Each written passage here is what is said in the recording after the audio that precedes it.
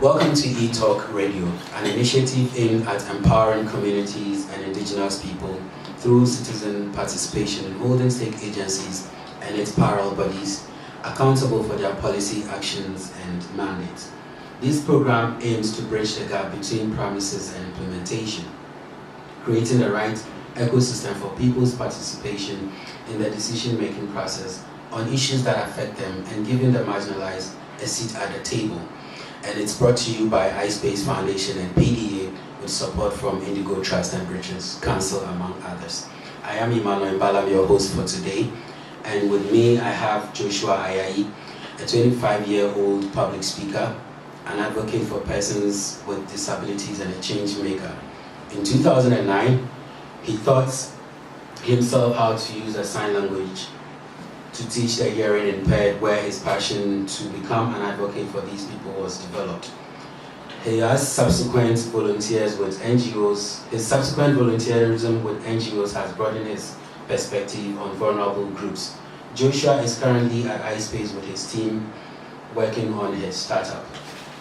And I have with me again Frank Yabua Oko, who is presently a project coordinator for a research project in iSpace Foundation known as WAZI App.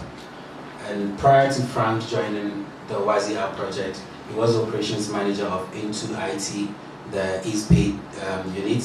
He has over 7 years experience in marketing, research, e-commerce, and operations. His strength in handling these fields has provided him an option to expand the horizon as far as his professionalism has taken him. Welcome, gentlemen. Thank you. So today we'll be talking about measures in place for students with special needs after school. And I believe this is a very sensitive and very broad topic, and with the time that we have, we'll not be able to cover everything, but we'll do our possible best to talk about what we can talk about. And I would like to go on record to say that views here are not expert views. These are opinions of individuals. So without saying much, I would simply like to ask, why do we say individuals have special needs, or at what point do we classify someone as someone needing or having special needs? Thank you very much for this question. To me, I think if we should classify someone as a person who needs a special need, who has a special need, or who is expecting a special need, then it means that the person is having some disabilities, which attention should be given to provide certain things to meet the person's abilities, taking his or her disabilities into consideration, and also meeting his or her needs as a disabled as well in the community. Joshua? Yeah, I agree with my brother as in the fact that this includes persons with disabilities and also children who are very, very brilliant but lack very basic social cues. So these people would all have to be given special attention. That is how the term came about. Okay, so then it's safe to say that people who are slow to learn, people who have cognitive impairments, people with terminal illness, people who have developmental delays, people who have occasional panic attacks, people with psychological problems, or people with communication problems. It's safe to say that these people, amongst others, fall under the special need people. Yes. Is it safe to say that? Yes. Okay. So, I mean, we then consider ourselves as people who do not have special needs. What makes them different from us, you and I? Well, if we're talking about that, then we would have to say everyone has special needs. That is it, because at a point in time we need something or someone to help us with something, right? but in the context of those who have gone ahead and then those who are lacking behind. So the term is normally used to describe vulnerable groups who need special attention to also grow to meet those who are already ahead. My brother is right. We all need us. We all have our special needs, and what differentiates us a little from those who we classify as these disabled people is taking their intellectual disabilities into consideration. But if the people are just normal like us, we have our own intellectual abilities, but with these people needing their special attention, I think they are a little bit different from us, taking their disabilities into consideration. We have our own disabilities, but I think theirs is quite different from ours. Okay, thank you very much. We do know how best families with people or students with special abilities are trying. It's a lot of hard work.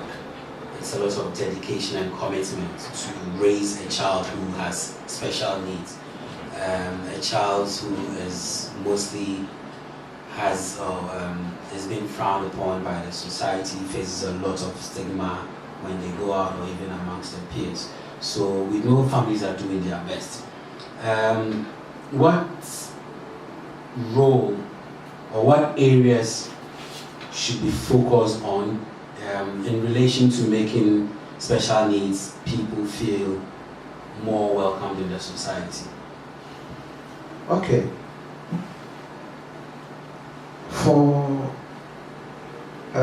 To take the family into consideration, most of them feel rejected because as soon as the parent or the mother bring forth a child who has a disability, the mother herself or the family themselves become disappointed and also discouraged.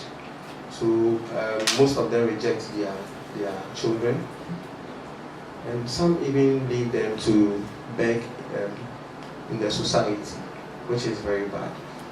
But we need to consider that these people are very important to us. There are some special abilities that they will possess, or they will have some potentials which we don't know. So looking at the role that they can play into the society, it is better for us to identify their individuals' potentials without discouraging them. I think that's the reason why schools have been created for them. For them to go through this, I think it's going to help them to bring out their potentials, to bring out their abilities, despite their normal disabilities, so that the concentration can go there, the individuals can also come in, as well as the government, to join hands so that we can identify this and create that opportunity for them to get their own businesses to do. And this will play an important role in the community. So they are very important. It's very, very important. Joshua? Yeah, I do agree with my brother. If you look at the UN Convention on the Rights of Persons with Disabilities, the first article says that the purpose of this present convention, and I quote, is to promote, protect, and ensure the full and equal enjoyment of all human rights. Now, with persons with disabilities, it has always been the society creating barriers, right? You cannot do this, so you go. You are not fit. All you can do is chieftaincy stuff, so you'll be the minister of chieftaincy. And that is a problem. So the reason why inclusion is being talked about instead of exclusion is that we are taking away all the barriers in society so that these people can also show their full potential. So then it still goes back to the point where, okay, if the society has successfully created the barriers, what should society do to uncreate or remove those barriers for these persons to feel welcome in those societies? Because I mean, if society says that I'm not fit to sit among my peers and play, and over a period of time people have come to believe that, what should society then do again to make sure that those people that they helped neglect and reject me welcome me back again? So it's very simple. It starts with the basic things. Let me say, in Ho, one of the children I visit who has multiple disabilities, he's hearing impaired, he has problem with his vision, and he's physically impaired, right? And he's served like a king. And I'm not saying that is bad. He's always in the room, they take food to him, so he's always excluded, right? You can just make this simple. Instead of excluding him, why don't all the family, you take the food to the room and eat together? Now it helps build his social morale, right? So these are very simple, basic things that we can do. Let's say if you're organizing a conference, you reckon that the conference is for the whole public. So there are those who have wheelchairs who will be in attendance. So why don't you make the sitting arrangement in such a way that if someone is in a wheelchair and comes, he is inserted into a row and no one knows even that the person is sitting in a wheelchair, rather than allocating someone at the back for them, that persons with disabilities should sit here. But I think on that point, some few policies have been set by previous governments where public places were being asked or enforced to create, make their facilities disabled persons friendly, so that if someone is in a wheelchair, they can easily, access the facility, right? So to an extent, at least, isn't society trying by making these steps? Are we trying, or are we giving excuses? You see, the thing is, yes, we are doing something, but come to think about it, if persons with disabilities were the majority, and we, those normal in quotes, were the minority, how would we like to be treated? These are some of the things we should ask ourselves, right? Because they do not want to be segregated. That is the main thing. The segregation is the beginning of the barrier. It starts from the mind. Once the person feels that because of a certain condition, he cannot function like how normal people do. And that is the beginning of the segregation. And this has gone on for years, right? So in 2016, the bill was passed that this should be enforced. How many institutions, apart from providing ramps, what again have they done?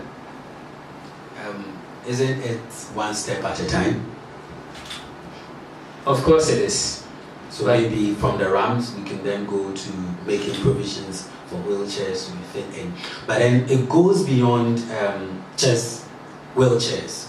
What about those who have speech impairment, those who have hearing problems, those who have occasional panic attacks, those who have communication issues?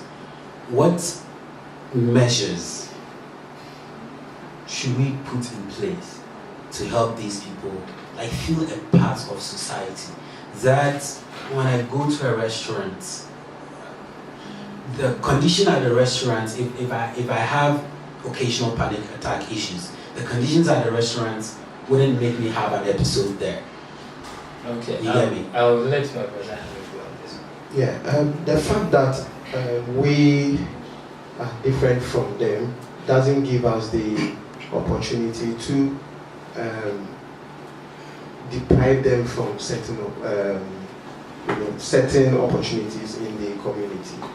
Now, I think Ghana is getting there gradually, but it is from the help of the individuals. I can't see the government putting in much effort to do that. For instance, people do go to their various schools to do donations here and there. They spend time with them. They share ideas together. And personally, I have done that. That was in January, visiting my school for the deaf. where we're able to spend time with them, share ideas together. Though they were not able to speak, here, we were able to communicate very well with them. We had an interpreter, and it was so interesting. They felt part of us, right? The fact that they have been given a small place to live shouldn't give us that mandate to reject them. And I think the individual institutions or the individual groups or associations are trying their best to bring them closer to the community. But I don't see the government doing that. I don't see the contribution of the government, coming in, helping them, and then letting them feel part of the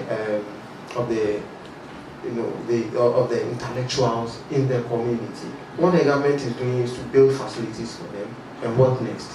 What do you do for them again? Right. So I think we are gradually getting there, but it is from the help of the individuals, associations, or the group. And the last thing is, sometimes it becomes very emotional when you see these people, in one community to the other, begging for monies and all that. What has the government done? Because I know this is for a purpose of bridging that gap. The government would give promises here and there, but we don't see it. Right. So if the individuals are trying their best, the government should also appreciate that and also come in to give their support for that. I remember watching a movie where a family had 2 children and one was very, very brilliant. The other sort of wasn't the, in quotes, the brilliant one. And so I think as part of the punishment, they had to take him to a boarding school. And in there, this child met a very good teacher who had the time for the kid, dedicated most of his time to helping the child identify, discover his ability, and then nurture that into something good. I want to ask, what role is our educational system playing in helping people with special needs? Is it supportive enough in terms of facilities, in terms of personnel? Do we have the people who understand these people with special needs, and do these people have the time and the skill to teach and train the people with special needs? Yeah, basically, I've also seen the movie you're talking about, and it's quite awesome and awe-inspiring. When you take a look at the whole scenery, the teacher did not use a lot of let's say resources. They just took an extra 1 hour every day and just the normal teaching procedure, right? Now in teaching, there are different ways, right? We have the auditory, we have the visual, we have the kinesthetic, right? And if you combine all this in teaching people, you can have someone with visual impairment in your class, another with hearing impairment, another with intellectual disability, right? You can have these 3 different sets of abilities in your class and still teach them using all the facets of imparting knowledge, and they will get it. Because the one that is visually impaired would obviously make use of the hearing, right? So you would describe things as graphically as possible. With the one that is hearing impaired, you use your vision. So you make sure you provide pictures. You are able to let the person interpret pictures in order to answer or in order to get an information. So if this can be done in the normal educational setting, why then is the need for special schools? So this is why the government reinvented the inclusive education policy, right? To bring all disabilities together, right? Now, among the disabilities, there are some of the disabilities that are classified as acute or very, very serious, right? These are the ones that need to be isolated for a period of time. So they would in turn go to the special schools for a period of time, after which they come back to the mainstream schools. But then the question goes, the teachers, are they willing? Because it should come from the heart. And in Ghana, the way our system is, everybody wants to be a teacher because it provides a stable salary. Good cash. Yes. So the question is, are teachers willing to go that extra mile to see that students really live up to their full potential? Yes, he's right. And to add to what he's saying, the teachers are just there for employment's sake. They don't work out of their heart. And I believe there should be psychologists within the teachers who will be able to handle it, because this is a psychological issue, right? So if a teacher needs a job, he or she can just go there, and since there are disabled or those with these disabilities are being brought to the school, yeah, they are just there without giving them any extra help. You are not able to identify their skills. You are not able to identify their potentials. So you as a teacher, ask yourself, what are you doing there? Right. These are some of the things that makes the people, those who have these disabilities, feel isolated from the community. Right. But if we have psychologists who are taking them through the normal teaching skills, there should be a special teaching skills which will help them to identify their potentials. But I think there is nothing like that. You just have those teachers there, wow, for them to teach them anyhow. And I love the fact that you did mention of the colors and the pictures which are being used. Yes, that is why we are going by the Montessori way.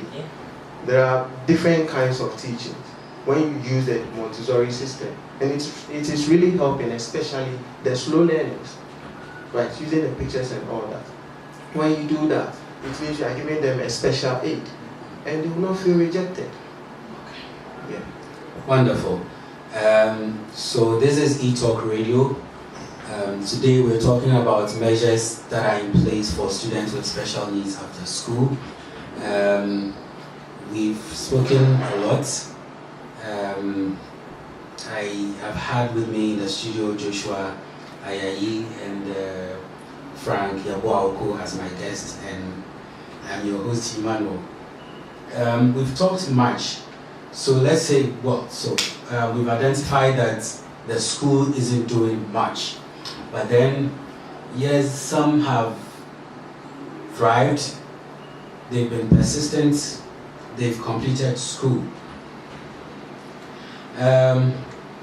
What can be done in terms of employment? What can be done or should be done to help these people get jobs?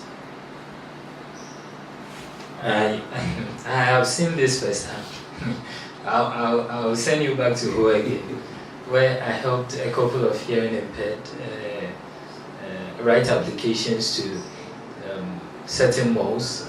And normally when they are out of school, the immediate job they can get is to work at a mall as manpower. Let's say they are used to carry heavy loads, right? And even that, they are being discriminated against.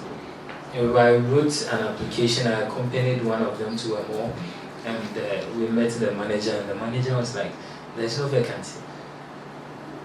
And then the next day, I sent a friend of mine there to apply, just to see if they were being discriminatory. And they told her to come for interview, right? So in turn, I went back after 3 days and asked the manager, why are you doing this? Are you really being discriminatory? So he started apologizing, and these are the challenges they face, right?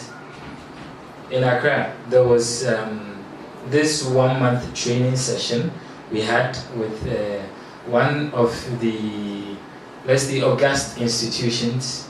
Now, I'm not going to mention names, but there was during one of the application processes, I was, let's say, privileged enough to be assisting them.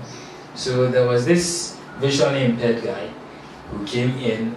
I befriended him, we had a long talk. He went through the interview.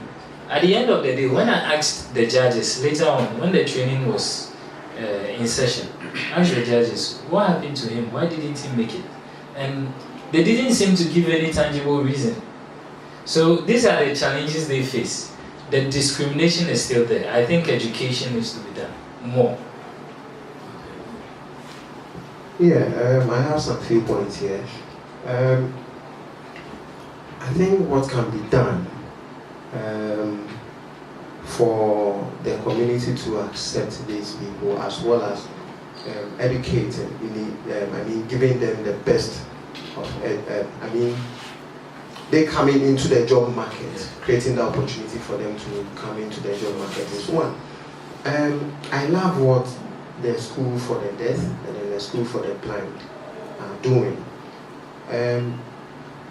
Because they don't want the people to feel like rejected in the community after school, they employ them because they have stayed in the school before and they have the knowledge, the skills of teaching, and that special skills of teaching them. So they employ them. They employ them into the school as teachers. Some also serve as teaching assistants to help the teachers as imparting knowledge into the other students. And they are really doing well. And I think the credit will go to them. But on the other hand, too, I'm thinking of the UN subsidiaries, especially UNESCO, which falls part of helping the education system in Ghana and other parts of the country to also come in, select these few people or select some people as volunteers from this background to give them the opportunity to share their experience and also to educate people, but at least at the end of the month they should get something, serving as volunteers, one way or the other, creating employment for them so that they will also not feel rejected. And then last but not the least is, I think the government is also coming in a little. Now I heard on the radio that they want to take out the abled people who are handling the toll booth system, so that they bring in the disabled. I don't know whether you've heard about it. Yes, I heard about it not quite long ago, I think last week. But let's see if they will be able to implement that. So I think I've heard it has started. Yes. But then, don't they deserve more than manning toll booth? Yes. Can't they be bank managers, office managers? Can't they lead organizations? Ghanaians are one community that discriminates a lot. The only person I saw working as a journalist is this blind guy. He is partially blind. I think Metro TV, right? Yes. I think he's the only visually impaired person working for Metro TV. And I think one way or the other he got a chance because he is a partially disabled person. He's a partially disabled person. That's why he got the opportunity. But well, for us to help them, get them on board as bank managers and all that, it will take a very long time for us to do that. But I think we need to stand in as intermediaries for the government as well as these disabled to disseminate the information. Thank you very much, Frank. Where is government in all this, in the society, in the educational system, in the employment system, in helping these people easily integrate into the society, into the workforce after school. Where is the government in this? What is government doing? What has the government done? What hasn't government done? To the best of knowledge, I think government is putting up facilities as in classrooms and other things for them. But as in identifying their potentials and also using those potentials as a platform to give them the opportunity to come into the job market is not being implemented. Okay, so you're saying there has to be laws passed to enforce organizations to employ highly qualified people? Yes. If they are not able to employ them, there should be a case whereby the government can also fund their individuals' abilities their projects. So if someone with a special need has a project or a business or anything they're working on, yes, the government should provide a conducive environment, yes, through business support and funding, sure, for them to be able to carry that exactly out. That's very good. Exactly. I think that is what the government should do. If you are not able to employ them, the individuals have their ability, their potential. So come in, fund it, and day in, day out, you'll be checking. And then help them to promote whatever they are doing. Okay. Right. Joshua, do you have anything to add? Yes. So far as laws are concerned, laws and policies, there are quite a number. In 2006, government passed the Persons with Disability Act, right? And then in somewhere 2015, they also ratified the UN CRPD. That's the Convention on the Rights of Persons with Disabilities. And it has mainly been a shelf policy, right? You have the inclusive education policy that came out in 2015. And the implementation plan is supposed to last 5 years, 2015 to 2019, but nothing is happening. Nothing is happening.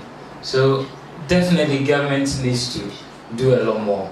And we need to intensify the advocacy on our part here. Okay, so what can we as individuals do to more or less put pressure on the government to play its role? So basically, an example is what we're doing here, the e-talk show. I think moving forward, we can invite a representative of government, CSOs, NGOs, and then the persons with disabilities themselves. The students, those who have left school and who are in the working environment, they should come and tell us from their point of view how they are suffering discrimination or how they have made it. When we get these people to talk, they can give us a proactive measure. Okay. Your final question, to the community, I would like to say that the disabled are brothers and sisters. Some are even our mothers and fathers. We should see them as part of us. We should also help the government to identify their potential, because these are very important aspects to me. They are very important to me, so that we'll be able to know what they can do and what they can do despite their disabilities. Then we can also come in as much as possible to help the government hit that opportunity and then make it a success for them.